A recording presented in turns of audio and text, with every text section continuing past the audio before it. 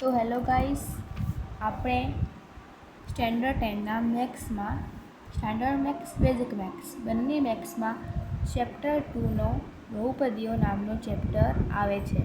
એનું નામ છે બહુપદીઓ. આ ચેપ્ટર આપણે 9મા ધોરણમાં ભણી ચૂક્યા છીએ.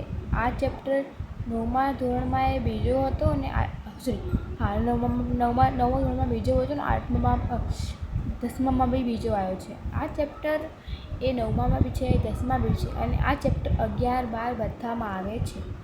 આ ચેપ્ટર છે ચેપ્ટર 2 સુરેખ બહુપદીઓ. ચેપ્ટર 2 બહુપદીઓ. બહુપદીમાં આમાં વ્યાખ્યાઓ આવે છે જે આઈએમપી છે, જે બોર્ડના એક્ઝામમાં 99% પૂછાય છે. એમની પહેલી વ્યાખ્યા છે સુરેખ બહુપદી. જે બહુપદીની મહત્તમ ઘાત 1 હોય તેવી બહુપદીને સુરેખ બહુપદી કહે છે. એટલે જે બહુપદીની મહત્તમ ઘાત 1 હોય ને 1 એટલે મહત્તમ કહેવાય. જુઓ 2x + 3, 7x - 6, 2x - 4. આમ તમે 2x + 3 લખો તો 2x - 3 લખો, 7x + 6 લખો, 7x - 6 લખો, પ્લસ માઇનસ ગમે તે કરો, કંઈ ફેર પડતો નથી.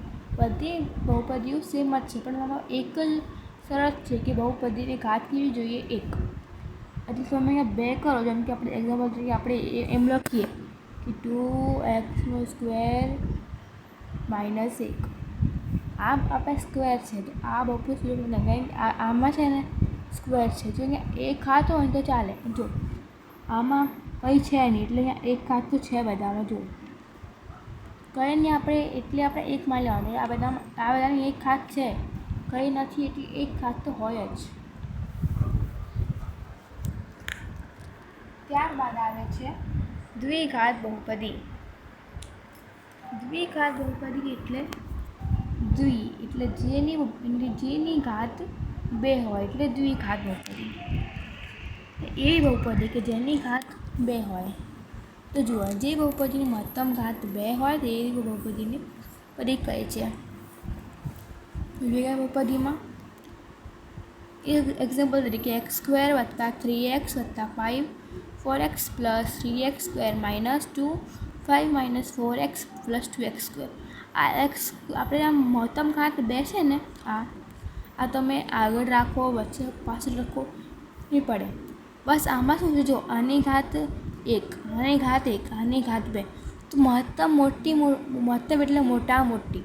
તો મોટા મોટી ઘાત આની 2 હોવી જોઈએ. તો શું કહેવાય? દ્વિઘાત બહુપદી. અને જો આમાં બી 2 છે, આમાં 2 છે. આ બધી બહુપદી કેવી કહેવાય? દ્વિઘાત.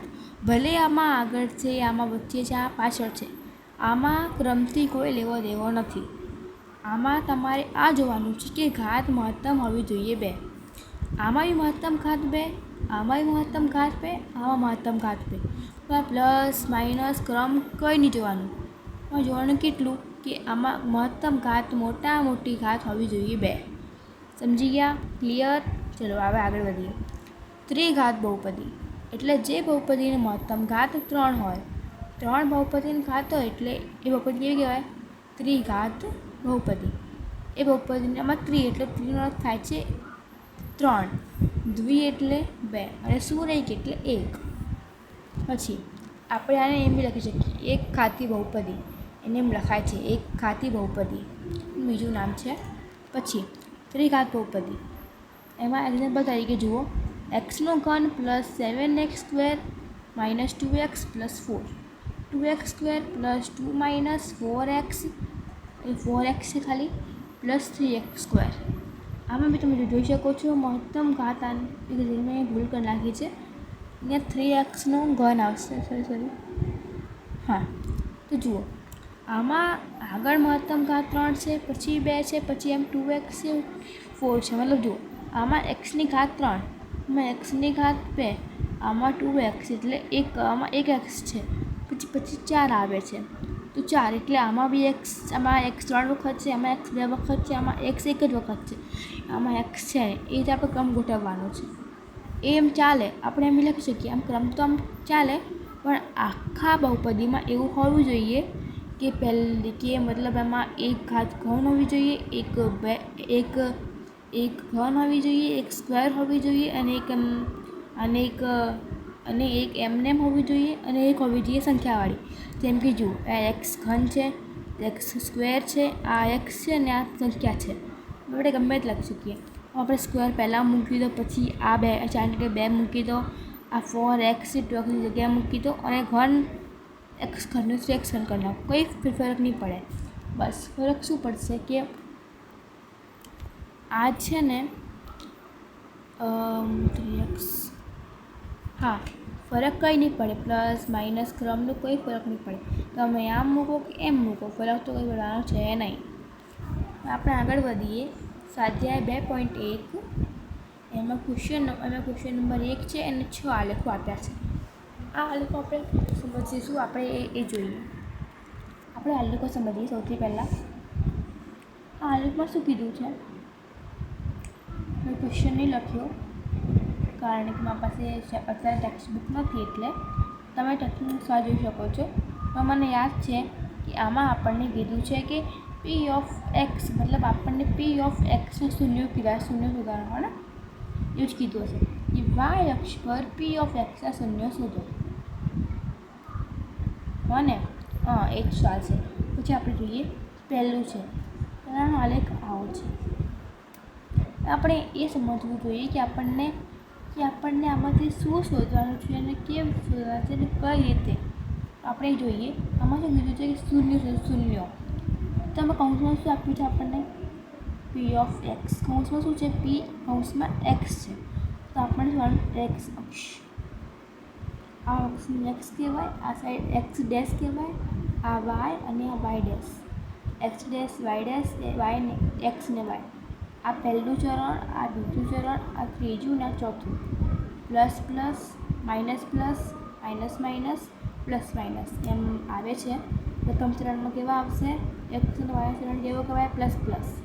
વાય અને એક્સ ડેશનો માઇનસ પ્લસ, એક્સ ડેશનો વાય ડેશનો માઇનસ માઇનસ, વાય ડેશનો એક્સનો પ્લસ માઇનસ. ઓકે, એ ક્લિયર થઈ ગયું. હવે આપણે એ જોઈએ કે એક્સ અક્ષ પર કેટલા, જુઓ આપણને આ જે રેખા છે ને, આ રેખા આ એક્સ અક્ષ પર જેટલી વાર છેદે ને એને આપણે શૂન્ય કહીશું. તો જુઓ, એક્સ અક્ષ પર એકી રેખા છેદતી નથી, તો આપણે અહીંયા કેવું થશે? 0. પણ વાય અક્ષ પર એક રેખા છેદે છે અહીંયા.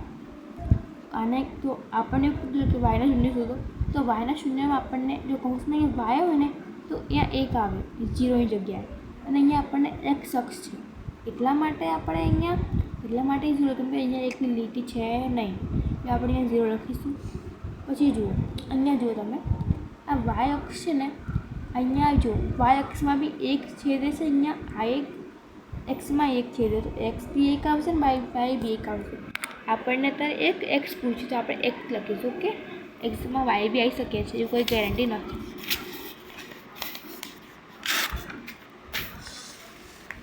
પછી આપણે જોઈએ આગળના 4 આલેખ.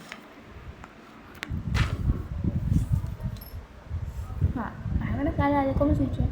આવી ડ્રોઈંગ છે.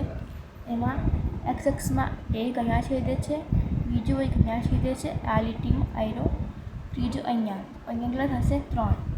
વાય અક્ષમાં 1 છેદે છે આયરો, અહીંયા જોઈએ એક્સ અક્ષમાં 1 અને 2, આ 2 છેદે છે, 2 આકાર બને 1 ને 2.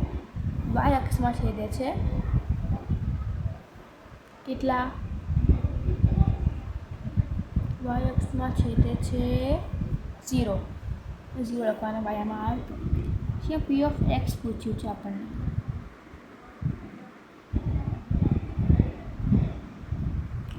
હા, પી ઓફ એક્સ ઇઝિકલ ટુ 4.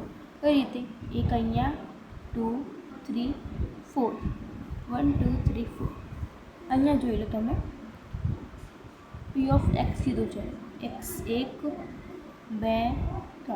હવે તમે એવું વિચારશો, અહીં જો લીટી આ પસાર થઈ નહીં તો આપણે આ કેમ ગણ્યું? કારણ કે આ જે જો આપણને મેં શું કીધું કે જે પણ બિંદુ આ રેખાના અડી જાય ને, આમાં અડીને જતું રહે ને, એ બિંદુ આપણે ગણવાનું.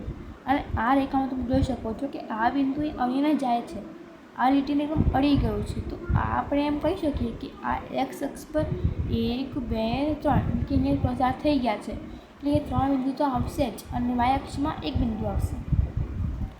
તો આ રીતે આપણે સ્વાધ્યાય 2.1 અને અમુક સમજૂતી સાથે આપણે અહીંયા વિડીયો પૂર્ણ કરીએ છીએ. મળીશું આપણે આપણા નવા ન્યૂ વિડીયોમાં. અને અહીંયા તમને મેથ્સ સિવાય આપણા મેન વિષયોની વિડીયો પણ મળશે, જેમ કે અંગ્રેજી, સાયન્સ અને એસએસના તમને આઈએમપી પ્રશ્નો અને અમુક સમજૂતી સાથે તમને બધા પ્રશ્નો મળશે. ત્યાં સુધી હું તમારાથી વિદાય લઉં છું. Tata, bye bye. મળીશું આપણા ન્યૂ વિડીયોમાં. આ વિડીયો તમે લાઈક, શેર, સબસ્ક્રાઈબ જરૂર કરજો.